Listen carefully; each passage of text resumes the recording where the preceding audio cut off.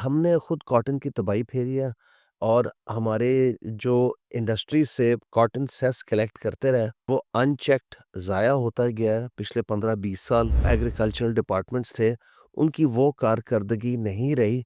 And इस पे हाल ही में प्राइम मिनिस्टर साहब ने पूरी रीस्ट्रक्चरिंग ऑफ कॉटन सेक्टर ठीक है। ऑर्डर कर दी है। जिस ज़मीन पे गन्ना उग जाए, उस ज़मीन पे कोई और फसल नहीं उग सकती। नहीं, ज़मींदार हँसी-खुशी गन्ने की तरफ नहीं जाता, मजबूरन मजबूरन जाता है। प्रॉब्लम क्या है एफबीआर में टैक्स कलेक्शन का इतना मसला नहीं है जितना टैक्स नेट को वसी करने का प्रॉब्लम है। हमें चेयरमैन एफबीआर ने बताया कि एफबीआर के पास उनके टैक्स नेट पे सिर्फ 30,000 कस्टमर इंडस्ट्रियल रजिस्टर्ड है। गलती कामरान की या मेरी तो नहीं है। गलती आपको पता है किस महकमे की है?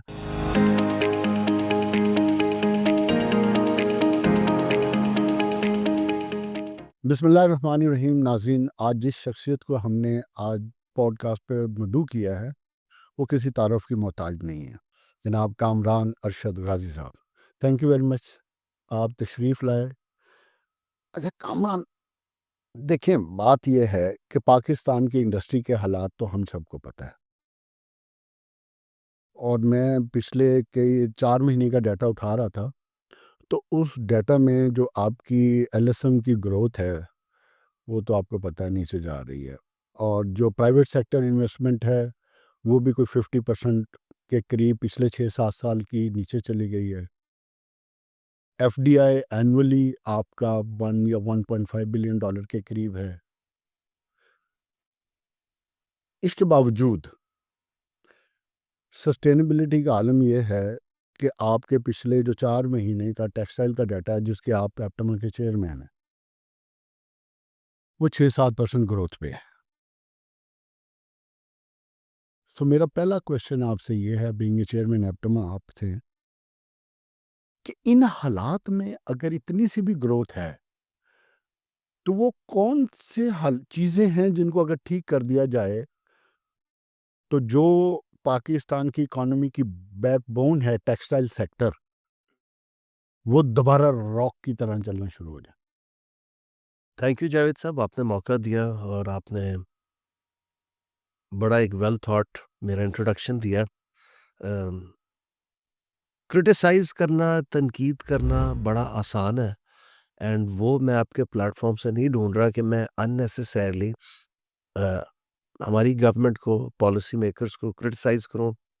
क्रिटिसाइज़ करना, तनकीद करना बड़ा आसान है, लेकिन उसके साथ सॉल्यूशन प्रेजेंट करना और बार-बार उन्हें बावर कराना कि अगर आप ये करेंगे तो आप पूरे पाकिस्तान की सनत को खुशहाली की राह पे हमवार कर सकते हैं। देखिए, हम बड़े अरसे से कह रहे थे कि हमारी सनत प्रॉब्लम में है और ये मज़ीद प्रॉब्लम बढ़ती जाएगी एंड उसके फिक्सेस बड़े सिंपल हैं।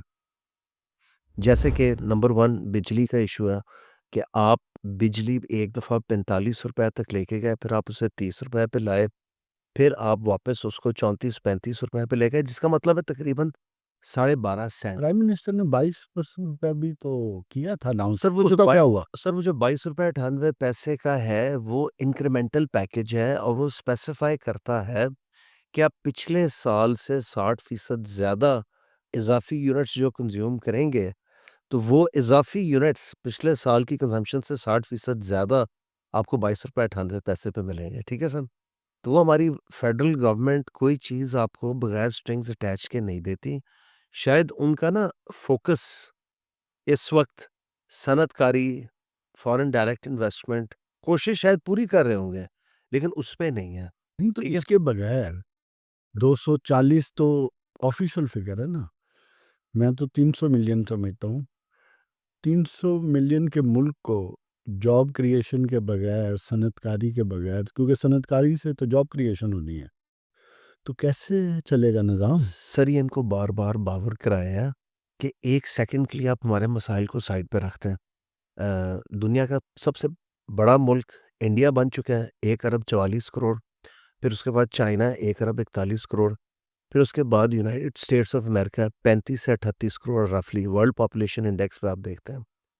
फिर चौथे नंबर पे आता है इंडोनेशिया इंडोनेशिया 28 करोड़ 80 लाख और फिर हमें और हम है 25 करोड़ 65 लाख। मुझे लेकिन एक्चुअली हम तीसरे नंबर पे हैं। मुझे मुझे एक्चुअली लगता है कि हम इंडोनेशिया से आगे जा आगे चुके हैं। और हम चौथे नंबर पे, इंडोनेशिया 5वें नंबर पे है। उसकी आप कन्फर्मेशन ऐसे देखें कि आपके शहरों के साइज़, कराची, इस्लामाबाद, पिंडी, लाहौर, फैसलाबाद, पेशावर, गुजरांवाला। मुल्तान, गुजरांवाला, शहरों के साइज़ देखें कहाँ से कहाँ चले गए हैं। अनचेक्ड पॉपुलेशन ग्रोथ है।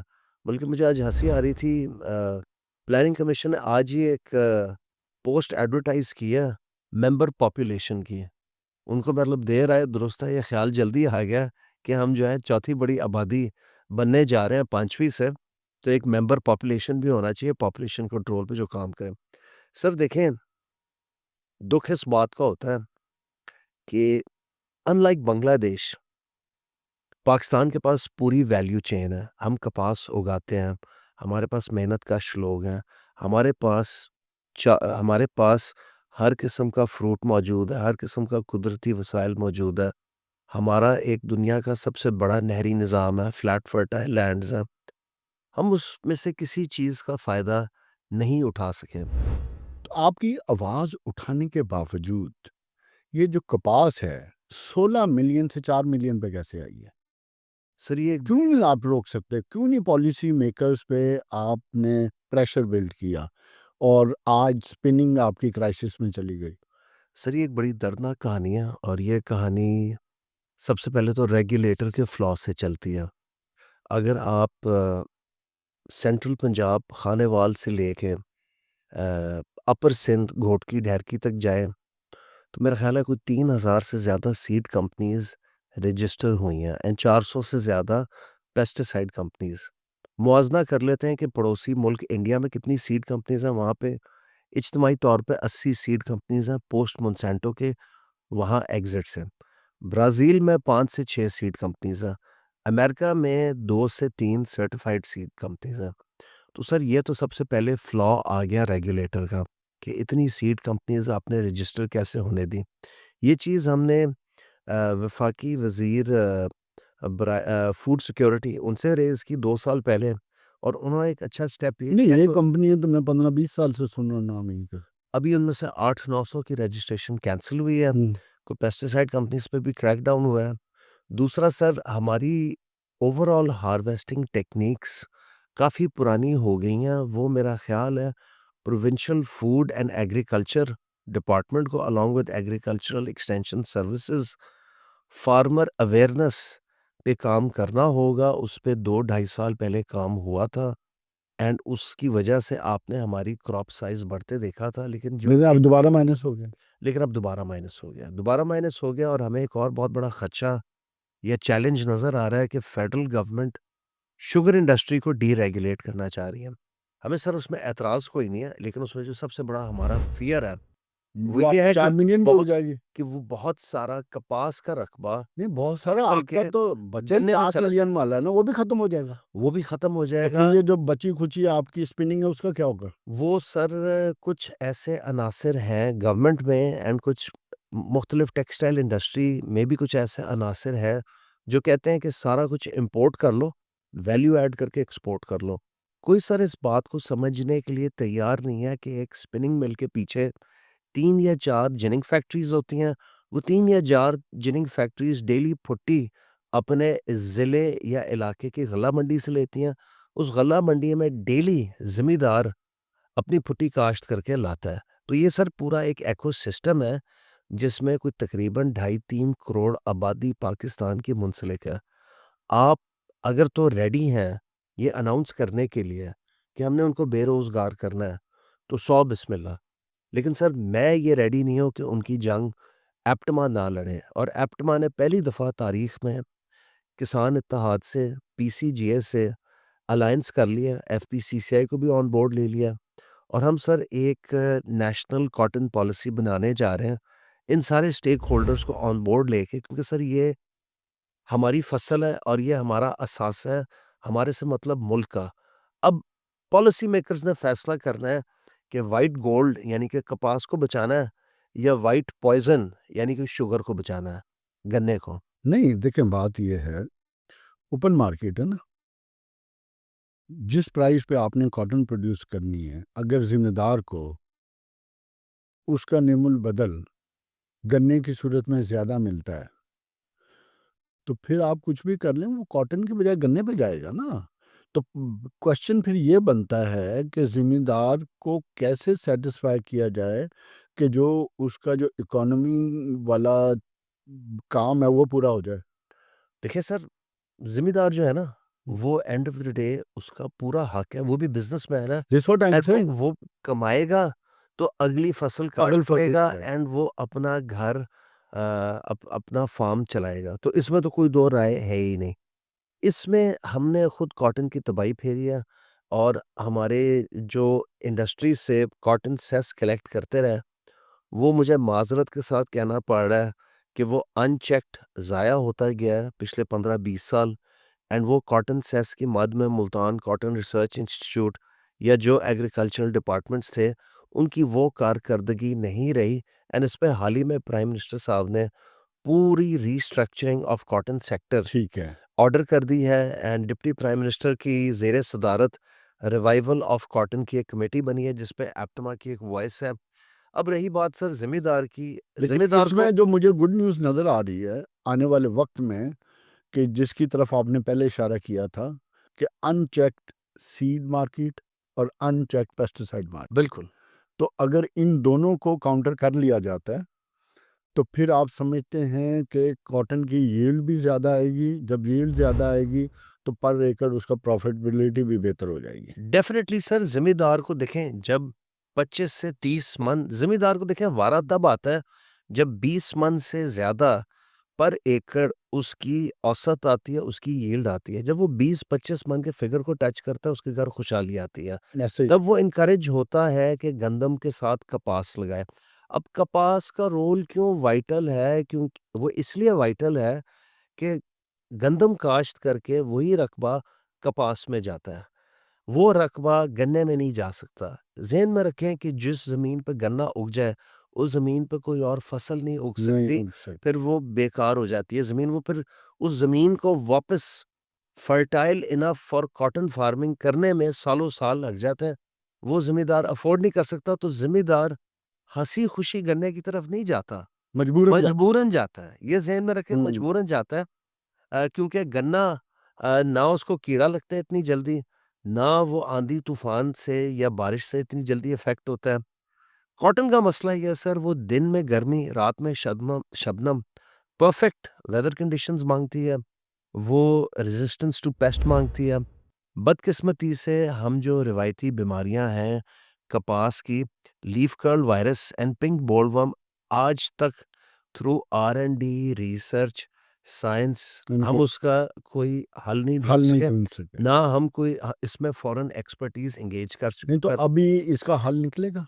सर उसमें मैं ये समझ रहा हूँ गवर्नमेंट पहली दफ़ा मुझे सीरियस नज़र आ सीरियसली रही है चले। इसको बचाने। दूसरा, एक नहीं तो 50। फिर जब तक इससे आप आगे बढ़ते हैं कि गवर्नमेंट आपको पॉलिसी मेकिंग पे जा रही है, सीरियस नज़र आ रही है, ये बड़ी खुशाइंद बात है। अब आ जाएँ इस दौरान इस पॉलिसी की इम्प्लीमेंटेशन तक। May take 1 odd year, maybe 2 years पूरे साइकिल को कंप्लीट होने में, ताकि इसका फ्रूट रियल सेंस में मे बी आफ्टर 3 ईयर आए। इन 3 सालों में क्या आपका स्पिनिंग और टेक्सटाइल सेक्टर सर्वाइव कर जाएगा, जो ऑलरेडी मेरे नज़दीक आपकी रेमिटेंसेस, अभी हम बात कर रहे थे कि $40 अरब डॉलर को टच कर रही है, और आपकी एक्सपोर्ट वही 30, 31, 32 के इर्द-गिर्द फिर रही है टोटल। तो ये चीज़ क्या बेहतर होगी? सर नंबर 1, एक तो हमने कॉटन को बचाना है, ये तो तय हो गया फेडरल ठीक है। लेवल पे, प्रोविंशियल लेवल पे। नंबर 2, अम, सनअतकारी मेरा अगर ख्याल हम है परवान नहीं देंगे, हाँ, ये नहीं बचेगी, ठीक है? जहाँ तक आपने कहा कॉटन कॉटन पे वापस से 1 सेकंड आते हुए सर, एक अच्छी डेवलपमेंट ये हुई है कि एक 50 साला पुराना बैन था कॉटन सीड इंपोर्ट पे। वो हमारा हुँ, लोकल माफिया होने नहीं चाहता दे ही रहा। नहीं था कि कॉटन सीड ओके। इंपोर्ट पे बैन लिफ्ट हो। मुझे आपके प्रोग्राम के प्लेटफ़ॉर्म से खुशी हो रही है ये बताते हुए कि वो 50 साला बैन लिफ्ट हो गया। एक्सीलेंट, एंड वो कंपनी ज़बरदस्त। जो इधर हाइब्रिड चाइनीज़ सीड लाई थी, हाइब्रिड राइस का चाइनीज़ बीज लाई थी, एंड वही अब उससे लेके आ रही है। जो चावल का काश्तकार था, उसकी तकदीर बदल गई क्योंकि वो 70 से 100 मन प्लस पर एकड़ पे काश्त चली गई। उनको इजाज़त मिल गई है Chinese hybrid cotton seed import करने की। दैट्स गुड अब वो 1 से 2 साल फार्म ट्रायल्स, क्लिनिकल ट्रायल्स करेंगे एंड दूसरे तीसरे साल में उसको इंशाल्लाह। वो कमर्शियल स्केल पे एक्सीलेंट, डाल देंगे। तो ये एक अच्छी एक्सीलेंट, डेवलपमेंट है। That's good, that's good. साथ-साथ हमने एक नेशनल कॉटन पॉलिसी बना लिया। हमारी कोशिश ये है अनकरीबन कि उसको प्रोविंशियल लेवल पे मंडे को सर हम मिल रहे हैं provincial minister for food and agriculture Syed Ashiq Hussain Kirmani sahab से। एप्टमा हमने उन्हें इनवाइट किया था, उन्होंने हमारा इनविटेशन एक्सेप्ट किया। मंडे को वो आ रहे हैं। दूसरा, हम फेडरल लेवल पे सब स्टेक होल्डर्स को इकट्ठा करके अनकरीबन under the patronage of our patron in chief doctor Gohar Ejaz हम इस पॉलिसी को लॉन्च करने वाले हैं। यानी कि पहली दफ़ा एक पाकिस्तान की organised national cotton policy excellent. Federal level पे लॉन्च होगी। एंड हमने वो सर वज़ीर आज़म साहब को, डिप्टी प्राइम मिनिस्टर साहब को, federal minister for food and agriculture के हवाले कर देनी है, एक मुसवदा बना के कि इसका रोड मैप क्या होना चाहिए। एंड उसमें हमने एफपीसीसीआई को, पीसीजीए को, किसान इत्तेहाद को एंड डिफरेंट किसानों की बॉडीज़ को भी ऑन बोर्ड ले लिया है। फिर या किस्मत या नसीब एंड अल्लाह साथ खैर में पॉलिसी करे। मेकर ऐड कर लें नहीं, सर। अच्छी चीज़ ये है नाज़रीन कि आप सबको पता होगा कि पाकिस्तान की इकोनॉमी का जो मेजर पोर्शन है, ऑलमोस्ट अबाउट 50%, 55%, 55% 55-60। एग्रीकल्चर है। तो अगर आप ये देखें कि अगर एग्रीकल्चर में इस तरह की रिफॉर्म्स लाई जा रही हैं जो 50-50 साल तक हम नहीं ला सके, तो आप ये सोचें कि हमारा ज़िम्मेदार कितना खुशहाल होगा। जब ज़िम्मेदार खुशहाल होगा तो सबको पता है फिर पाकिस्तान खुशहाल होता है, पाकिस्तान खुशहाल होता है तो फिर इंडस्ट्री भी चलती है। चलें अब आते हैं अगले आपके टेक्सटाइल की तरफ। स्पिनिंग की और एग्रीकल्चर की, कॉटन की हमने गुफ्तगू कर ली। मुझे ये बताएं कि दुनिया जो है, दुनिया काम कर रही है वैल्यू एडिशन पे। आप पूरी दुनिया फिरे, आप अमेरिका में पढ़े, मैंने भी दुनिया देख ली। मतलब एक साथ एक $1 की चीज़ जो है $5 की बिकती है। हम क्यों सोए रहे? हमने वैल्यू एडिशन पे क्यों नहीं काम किया?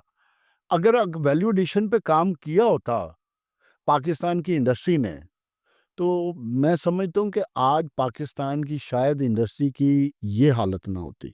इस पे क्या कहते हैं आप? जावेद साहब, ये आपने बड़ा अच्छा पॉइंट रेज़ किया और ये बहुत पहले हो जाना हो चाहिए था। जाना चाहिए। लेकिन जिसे कहते हैं देर आए दुरुस्त आए।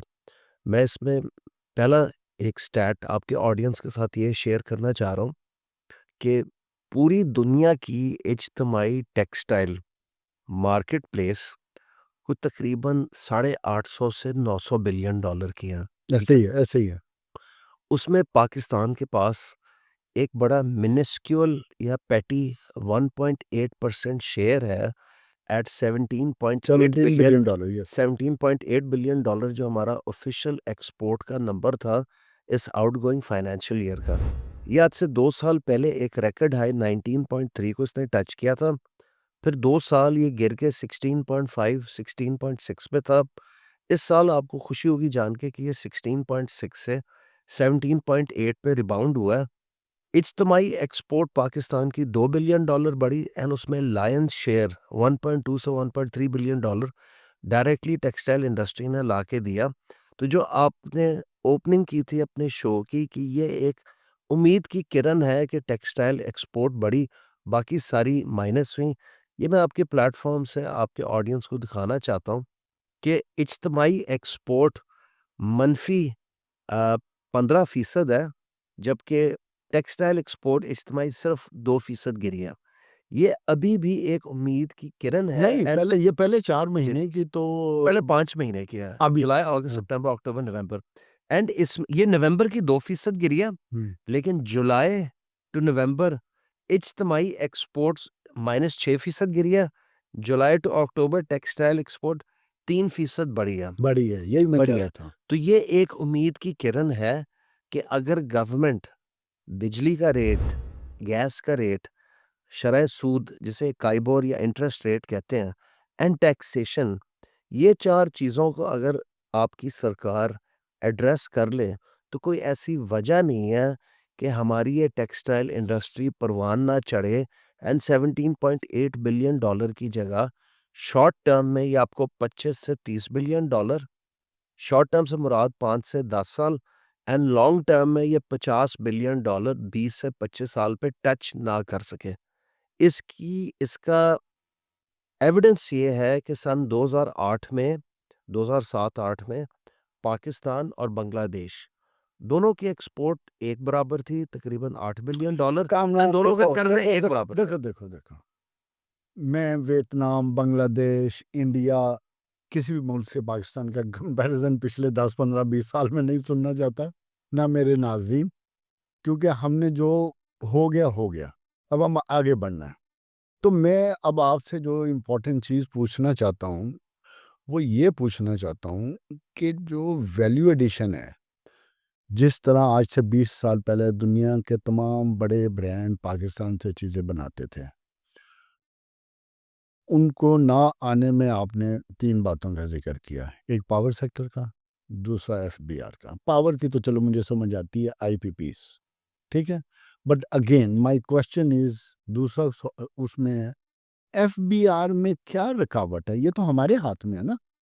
इसमें क्या हम रिफॉर्म्स लेकर आएँ? क्या ऐसी पॉलिसीज़ लेकर आएँ जो इंडस्ट्रियल फ्रेंडली हो, जो एफडीआई फ्रेंडली हो, जहाँ सपोर्ट मिले इन्वेस्टर को, चाहे वो लोकल है, चाहे कोई भी है, कि वो इंडस्ट्री की तरफ है।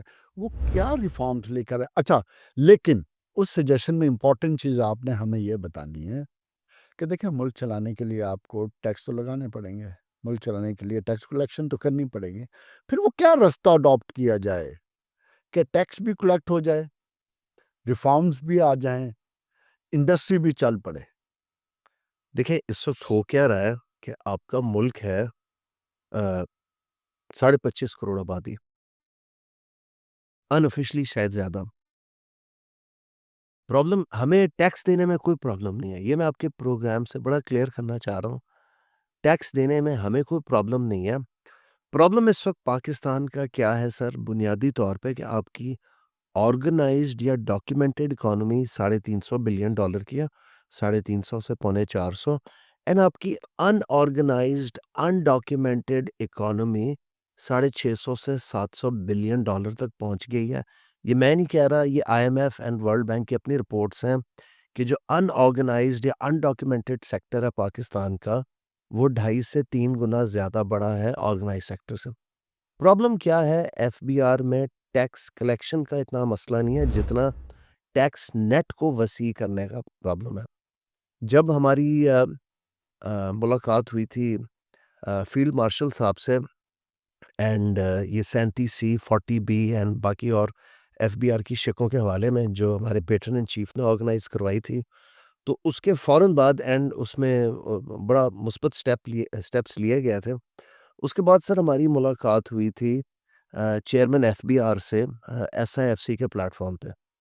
तो वहाँ जहाँ सारे चेंबर्स के प्रेसिडेंट्स और मैं बतौर चेयरमैन एप्टमा गया उनसे मुख्तलिफ चीज़ें, policy matters FBR related discuss करने। तो वहाँ चेयरमैन एफबीआर ने एक बड़ा इंटरेस्टिंग स्टैटिस्टिक प्रेजेंट किया जो मैं आपके प्लेटफॉर्म से लाना चाह रहा हूँ, क्योंकि आपका अपना इंडस्ट्रीज एंड डेवलपमेंट का है। चेयरमैन एफबीआर कहते हैं कि उन्होंने सारी डिस्कोर्स से के इलेक्ट्रिक को छोड़ के सारे पाकिस्तान की डिस्कोर्स से चेक किया कितने B2, B3, B4 कस्टमर उनके नेटवर्क पे हैं। पता ये चला कि डिस्कोर्स के पास 3,20,000 कस्टमर है, B2, B3, B4।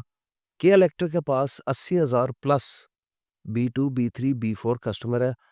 ऑडियंस की अंडरस्टैंडिंग के लिए B3 इंडस्ट्रियल फीडर है, B4 ग्रेडर, एंड B2 भी इंडस्ट्री रिलेटेड है। सो 3,20,000 हो गए के इलेक्ट्रिक 80 को छोड़ प्लस के, हो, 80 वो हो गए, 4 तो ये लाख कुछ हो। 4 लाख हो गए। हमें चेयरमैन एफबीआर ने बताया कि एफबीआर के पास उनके टैक्स नेट पे सिर्फ 30,000 कस्टमर इंडस्ट्रियल रजिस्टर्ड है, जिसकी वजह से जीएसटी 18% पे है। ये नंबर अगर डबल हो जाए 60 से 70,000, तो गलती किसकी है? तो ये आपका गलती कामरान की या मेरी तो नहीं है ना? 5 सालों के अंदर ये आपका ये जीएसटी की जो शरह है वो 18 से 11 पे आ जाएगी। कामरान लेकिन चूंकि ये जावेद साहब की भी गलती नहीं है, कामरान साहब की भी गलती नहीं है, गलती आपको पता है किस महकमे की है। अगर वो अपना काम नहीं कर पा रहा तो फिर इसको जावेद साहब की एंड कामरान साहब की गलती बना दिया जाता है।